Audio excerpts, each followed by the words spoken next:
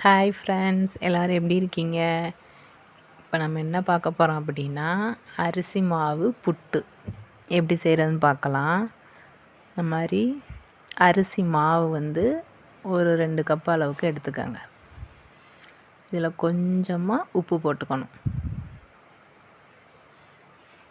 இப்போ இதில் நல்லா உப்பு போட்டதுக்கப்புறம் மாவை நல்லா பிணையணும். தண்ணி எதுவும் ஊற்றாமல் சும்மா நார்மலாக பிணைஞ்சால் போதும். அதுக்கப்புறம் நம்ம தண்ணி ஊற்றி கொஞ்சம் கொஞ்சமாக பிணையணும். இப்போ நல்லா உப்பு போட்டு பிணைஞ்சாச்சு. இப்போ பச்சை தண்ணி மட்டும் கொஞ்சம் கொஞ்சமாக ஊற்றி, வெந்நி தண்ணியெல்லாம் ஊற்றலை, பச்சை தண்ணி கொஞ்சம் கொஞ்சமாக ஊற்றி பிணையணும். உதிரி உதிரியாக பிணையணும்.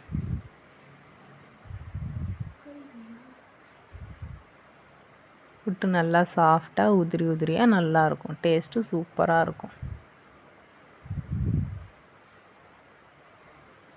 நல்லா இந்த அளவுக்கு கொஞ்சம் கொஞ்சமாக தண்ணி ஊற்றி புட்டு பதத்துக்கு மாவை ரெடி பண்ணியாச்சு. புட்டு அச்சு இருந்துச்சுன்னா அதில் நீங்கள் செய்யலாம். இல்லை அப்படின்னா இந்த மாதிரி இட்லி சட்டியில் துணியை நல்லா வெந்நி தண்ணியில் நல்லா துணியை நனைச்சி எடுத்துட்டு அது மேலே இந்த மாதிரி புட்டு மாவை சுற்றி வச்சுருங்க.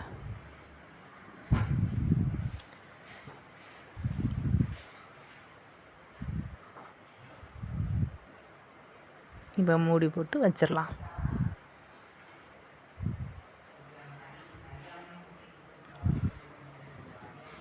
இப்போ வெந்துருச்சான்னு பார்க்கலாம். புட்டு மாவு நல்லா சூப்பராக வெந்துருச்சு.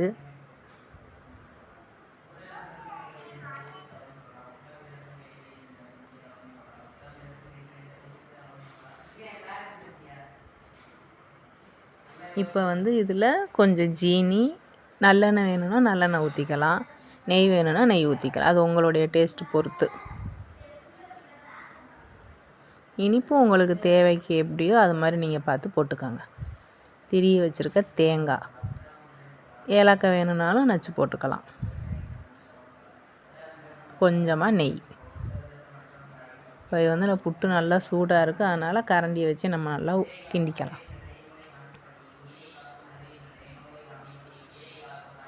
இந்த அளவுக்கு நல்லா அப்படி கிண்டிக்கணும்.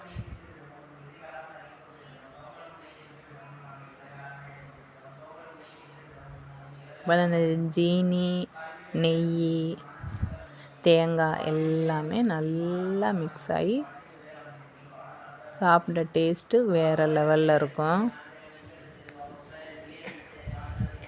நல்லா இந்த மாதிரி கிண்டிக்குங்க.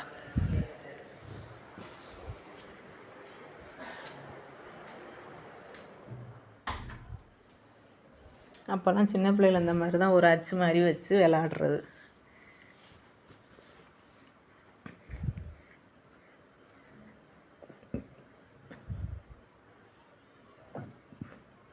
குட்டியோண்டு ஒரு பவுல் ஏதாச்சும் இருந்துச்சு அப்படின்னா அதில் அந்த புட்டு மாவை வச்சு இந்த மாதிரி குட்டி குட்டியாக அச்சு மாதிரி எடுத்து குட்டீஸ்களுக்கு நம்ம கொடுத்தோம்னா அது நல்லா விரும்பி சாப்பிடுங்க.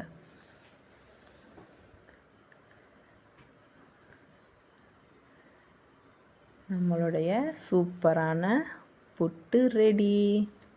நீங்களும் ட்ரை பண்ணி பாருங்கள். ஓகே, பாய்.